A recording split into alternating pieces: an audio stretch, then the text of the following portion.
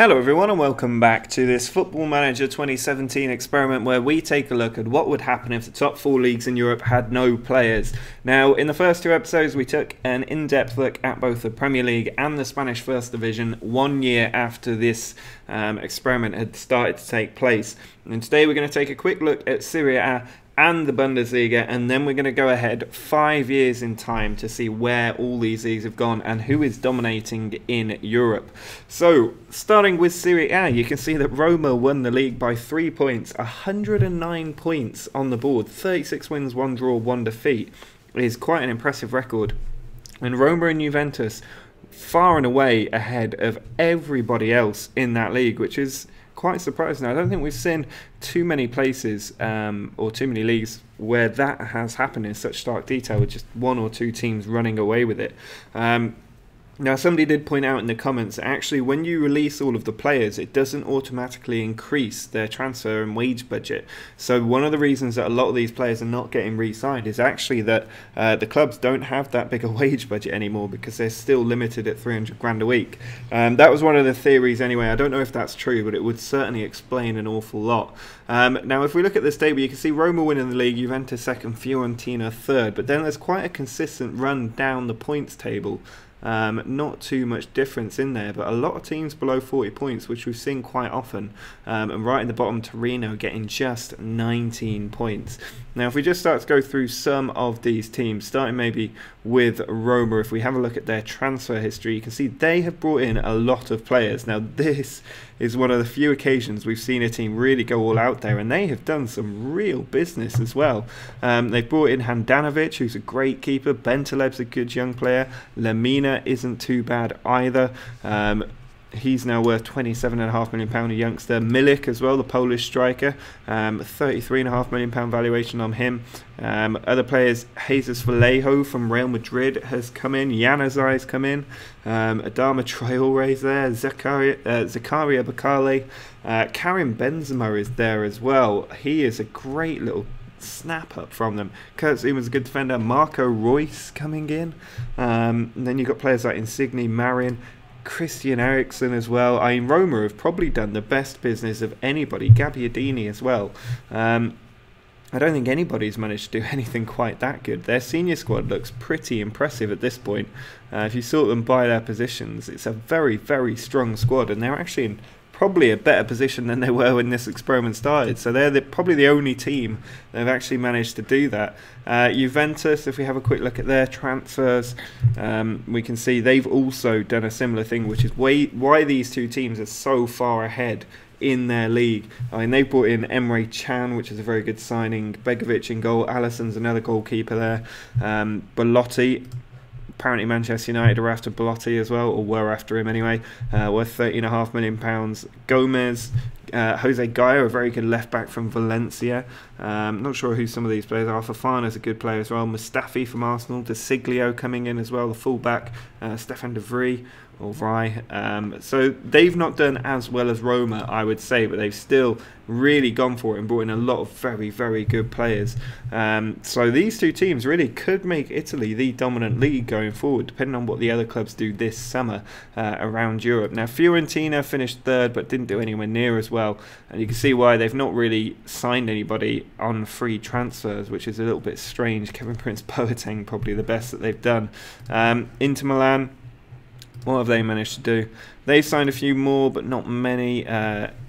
Nobody that I really recognise. Horta's a good player, and Chadley's quite good. Vasaico as well, but not really doing a lot there, and kind of explains why they've struggled so much. Missing out on Champions League football. Napoli, again, not too many big names coming into the club on free transfers. In fact, I don't recognise any of their free transfers. And AC Milan, way down in 6th place in Serie A. They have also signed virtually nobody that I recognise. So interesting that the Italian league has split so much on those who have spent money and those who can't. I guess it's reflective of who they can and can't sign in real life, but Lazio really struggling to attract any big names. They did at least go out and sign quite a few players, but nobody that you would really recognised too much. So Serie A not doing brilliantly. Roma and Juventus, very, very good stuff, but everybody else really, really struggling. Roma nearly doing a perfect season, 2 matches where they drop points, but otherwise very impressive. Now let's have a look at the Bundesliga. This is the other league we need to take a little look at. If we go to the stages screen of the Bundesliga, because obviously they have their playoff, you can see this is quite an even spread as well, but Bayern Munich all the way down in 6th place. Dortmund champions, 2 points clear of Schalke. Freiburg and Ingolstadt both up there as well. But this league's flipped around quite a bit. Bayern Munich finishing way down in 6th, Leipzig are down in 8th, Leverkusen all the way down in 12th. And then the likes of Freiburg and Ingolstadt at the top of the league. So we've got to start with Dortmund, really, coming back to win the Bundesliga title. And you can see why. Again, lots of free transfers coming in. They brought in Dahoud, who's a good player, Gnabry coming in from Arsenal, Timo Werner also in there. I think Gnabry's actually left Arsenal, hasn't he? But Timo Werner, a very good signing. Maximilian Arnold, good youngster as well. Ante Sturgen coming in, Mesut Ozil coming in, Matt Hummels as well, rejoining them from Bayern Munich. Kai Havertz, people familiar with my Leverkusen save will know about Kai Havertz. Alex Iwobi's coming on loan from PSG.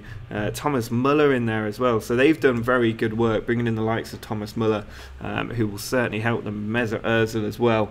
A couple of players over £50 million in the Dortmund squad. So they've rebuilt their team very well, and it looks like Schalke must have done something similar as well, given that they managed to finish just a couple of points behind.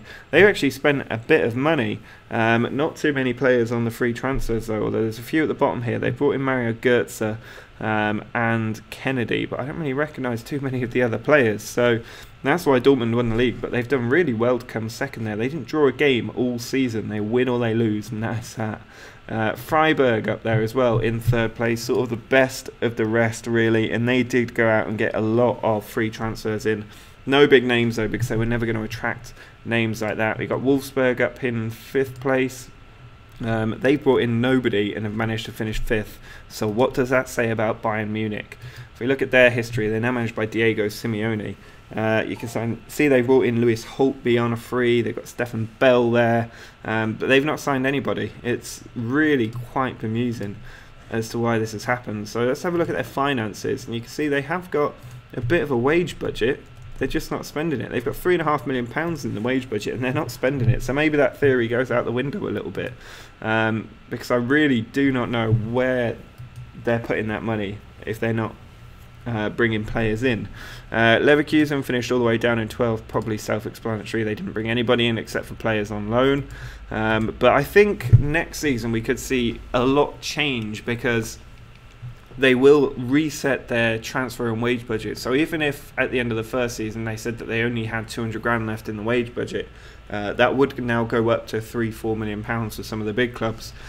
So hopefully that will change when we go ahead 5 years in time. But I think that is going to be it for this episode. We've now done a brief summary of the top 4 leagues, having a bit of a detailed look at them. Next time we're going to go 5 years ahead, and we're going to go very, very quickly through the transfers. We'll also take a look at the Champions League and some of the domestic cup competitions, and have a more detailed overview of how Europe is looking 5 years after all of this took place. But drop a like on the video if you're enjoying this experiment and excited for seeing what happens in 5 years time. Subscribe to the channel if you're new, but until next time, see ya.